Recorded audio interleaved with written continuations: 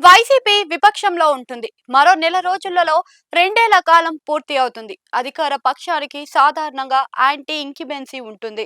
కానీ ఏపీలో మాత్రం చిత్రంగా ప్రతిపక్షం తన గ్రాఫ్ ని ఏమాత్రం పెంచుకోలేకపోతుంది అని అంటున్నారు. ప్రజల తరపున గట్టిగా నిలబడి పోరాటాలు చేసిన సందర్భాలు కూడా పెద్దగా లేవని గుర్తు చేస్తున్నారు. ప్రస్తుతం చూస్తే ఏపీలో అన్ని పెట్రోల్ బంకుల్లో అతిపెద్ద క్యూ లైన్లు దర్శనమిస్తున్నాయి. డీజిల్ పెట్రోల్ కోసం జనాలు అల్లల్లాడిపోతున్నారు.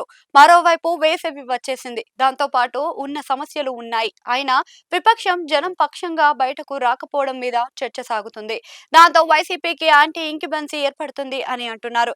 ఇక జగన్ గడిచిన రెండేళ్లుగా బెంగళూరు టు తాడేపల్లికి షటిల్ చేస్తూ ఉన్నారు అన్నది ప్రత్యర్థుల విమర్శ కూడా ఉంది. అయినా సరే దానినే కొనసాగిస్తున్నారు అన్నది వైసీపీ వర్గాలలో ఉన్న అసంతృప్తి. అడపాదడపా తప్పించి జగన్ ఈ మధ్య కాలంలో ఎక్కడా బయట కనిపించలేదు.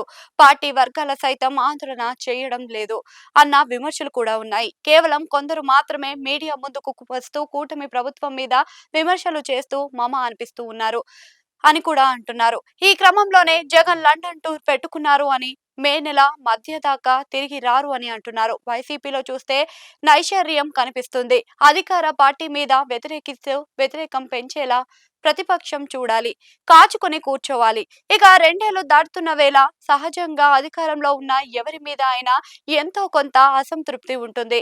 ఈ సమయంలో గేర్ మార్చాల్సిన విపక్షం సైలెంట్ మూడ్ లోకి వెళ్ళిపోతూ ఉంటుండడం అని అంటున్నారు. దానికి కారణం క్యాడర్ లీడర్లో నిరాశ అని చెబుతున్నారు. పార్టీ అధినాయకత్వంలో సీరియస్నెస్ లేకపోవడం వల్లనే ఇలా జరుగుతుందన్న చర్చ కూడా ఉంది.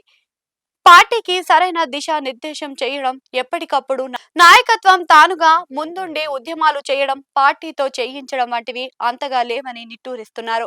మరోవైపు చూస్తే మూడు పార్టీలతో కూటమి అత్యంత పటిష్టంగా ఉంది. కూటమిలో ఉన్న పార్టీలు పొరపోచులుగా లేకుండా ఐక్యంగా సాగిపోతూ ఉన్నాయి.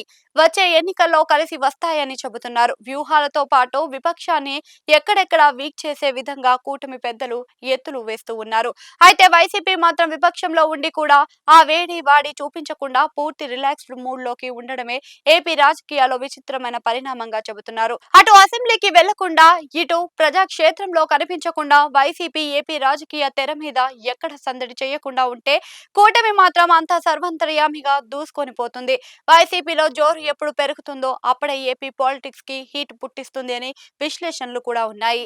అంతవరకు ఇంతే సంగతులు అన్నట్లుగానే సీన్ ఉంటుంది మరి.